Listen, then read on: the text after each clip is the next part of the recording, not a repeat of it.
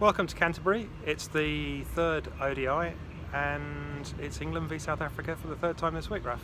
It is, and we've got some not so happy memories of this ground, haven't we, Sid? When were we here last? We were here for a test match between England and Australia in the Ashes in 2015. 2015, yeah.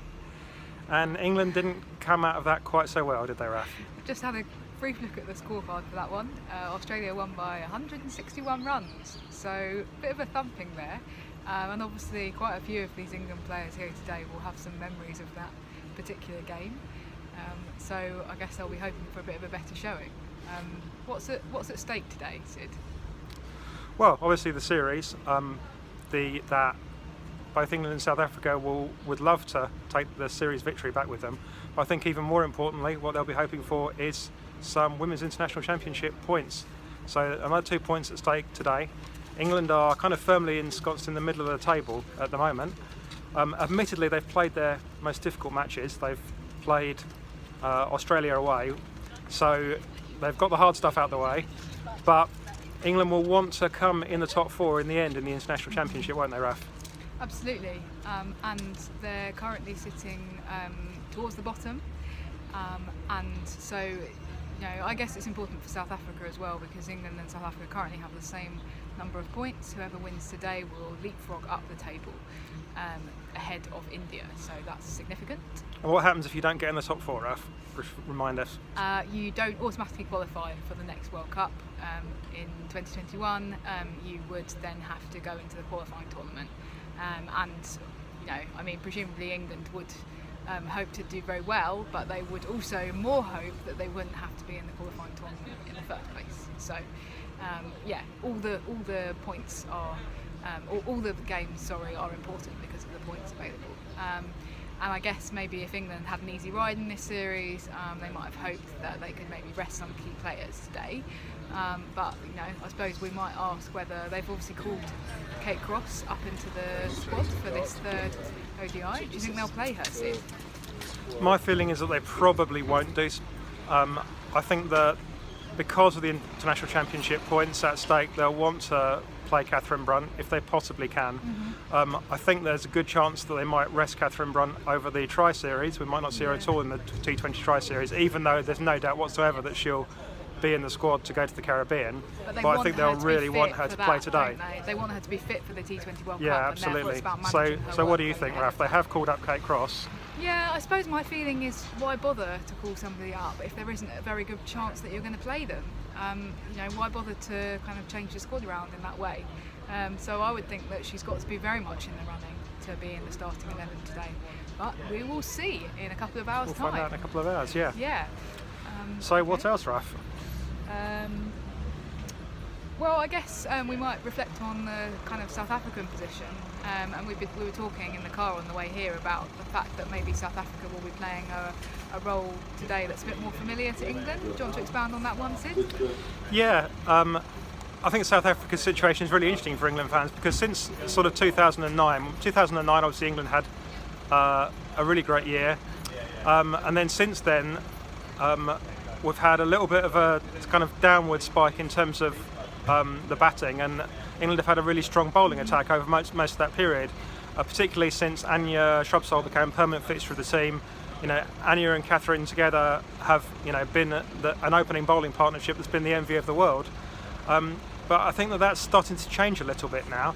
I think in England terms, England feel very much like a batting side at the moment, and it does really feel that, for instance, that if it's a high-scoring game today, then you think England are going to win that. As they did at home. If it's a low-scoring game, then South Africa definitely in with a shout, because South Africa are very much a bowling side. You feel that doesn't mean they haven't got some quality people batting, but the bowling is where their real strength is, and if they can take early wickets again and make inroads into England and bowl them out for under 200, then their batting is definitely capable of making that total. As we saw, Lizelle Lee is in fine form.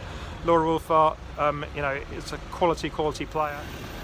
And I suppose the England batting lineup is interesting as well. It does seem like, seeing as Mark Robinson has released, not dropped, he has released Lauren Winfield alongside Danny Hazel to go and play for the academy. yesterday, so they won't be playing today. So it seems like he's settled on his two openers. We've got Amy Jones and Tammy Beaumont settled at the top of the order. That's quite interesting because we thought that that was one of the kind of question marks about selection, didn't we, Sid? Yeah, we did wonder if Danny Wyatt might be brought up, and if down in the late middle order was really Danny Wyatt's ideal position given the match situations that can emerge. Obviously she's great at the end of the innings if you just want to bash a few runs at the end, but if it leaves her like it did in the first match, coming in with lots of overs to play through, that's not really suited to her, and it might be best to take the pressure off her by moving her up the order. But England have obviously concluded that they don't need to do that and they're happy with things. I think it's difficult to argue with the position of Amy Jones. I think Tammy Beaumont could cope fine with batting a little further down, but England have decided that that's what they're going to do, and I'd certainly expect them to go with the same batting lineup today.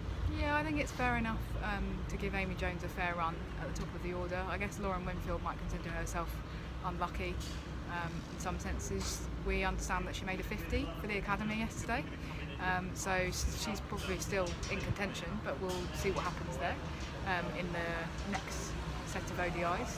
I guess we think we're obviously expecting it to change up for the T20s with Danny Wyatt to be opening there.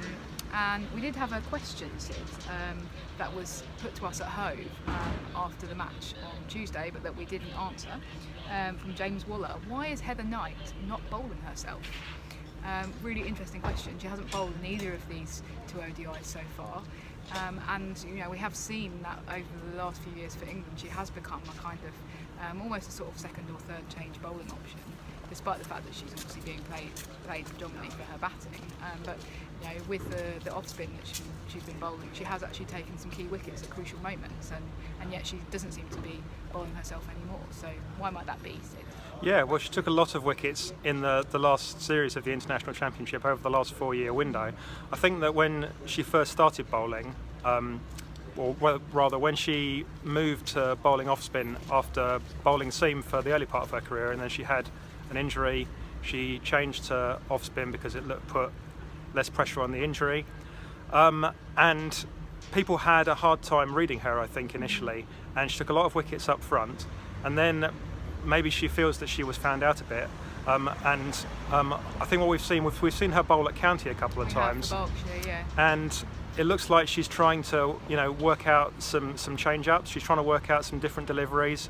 She's trying to work out how to do something that the batsmen aren't expecting, and I don't think that stuff is probably quite ready for international cricket yet. So yeah, I think that she's definitely looking to be bowling again in the future, and she's looking to make a contribution with the ball.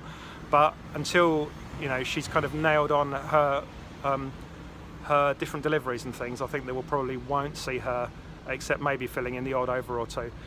Maybe see her a bit in the T20s as well, where there's a bit more room to experiment, because at the end of the day that T20 series is not a huge deal. Thanks, Izzy.